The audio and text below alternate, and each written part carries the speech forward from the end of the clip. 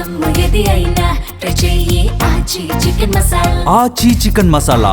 ఏపీలో లిక్కర్ టక్కర్ ఇప్పుడప్పుడే ముగిసేలా కనిపించట్లేదు. ఇప్పటికే లిక్కర్ స్కామ్, నకిలీ లిక్కర్ కేసులతో అధికార విపక్షాల మధ్య రాజకీయ యుద్ధం నడుస్తుండగా లేటెస్ట్ గా లిక్కర్ ట్రాన్స్పోర్ట్ స్కామ్ అంటూ మరో కేసు ఇప్పుడు తెరపైకొచ్చింది.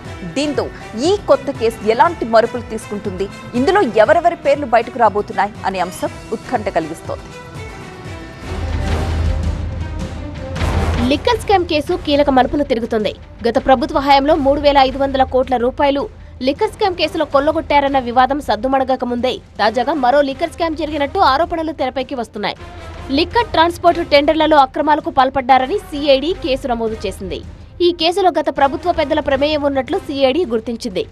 ఏపీఎస్పీ బీసీఎల్ డిపోల నుంచి ప్రభుత్వ దుకాణాలకు లిక్కర్ ట్రాన్స్పోర్టు కాంట్రాక్టులను గతంలో జిల్లాల స్థాయిలో జాయింట్ కలెక్టర్ల నేతృత్వంలోనే నిర్ణయించే ప్రక్రియ ఉండగా అందుకు విరుద్ధంగా ఏపీఎస్పీ బీసీఎల్ స్థాయిలోనే కాంట్రాక్టు జరిగేలా నిబంధనలు సడలించారని విజిలెన్స్ తనిఖీలో గుర్తించారు.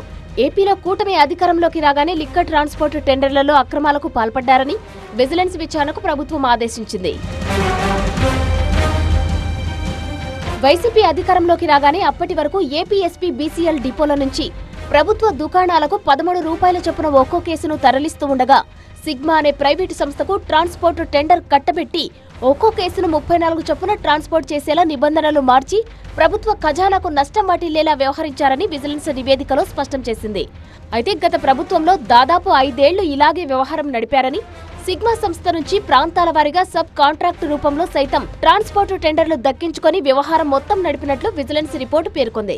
అయితే విజిలెన్స్ నివేదిక ప్రభుత్వానికి చేరడంతో ఈ నెల 10న సిఐడి కేసు నమోదు చేయగా సిట్ కేసును విచారించనుంది.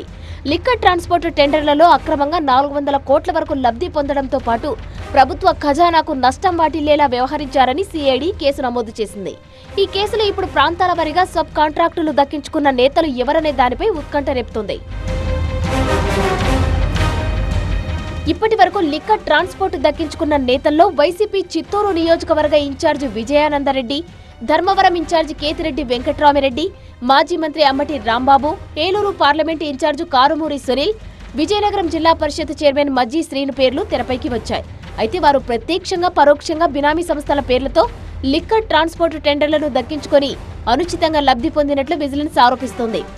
అయితే విజిలెన్స్ నివేదిక ప్రకారం ప్రభుత్వం ఇప్పటికే సిఐడికి కేసు దర్యాప్తును అప్పగించగా సిఐడి నేతృత్వంలో ఇప్పటికే లిక్కర్ స్కామ్ కేసును విచారిస్తున్న సిపి రాజశేఖర్ బాబు నేతృత్వంలోని సిట్ ఈ కేసును విచారణ చేయనుంది. మొత్తానికి లిక్కర్ స్కామ్ కేసు కీలక మలుపులు తిరుగుతుంది. ఒకవైపు అరెస్టుల ప్రక్రియ జరుగుతున్న వేళ లిక్కర్ ట్రాన్స్పోర్ట్ టెండర్ల కేసు నమోదు కావడంతో ఈ వ్యవహారం ఎలాంటి మలుపులు తిరుగుతుందో అనే ఉత్కంఠ నెలకొంది.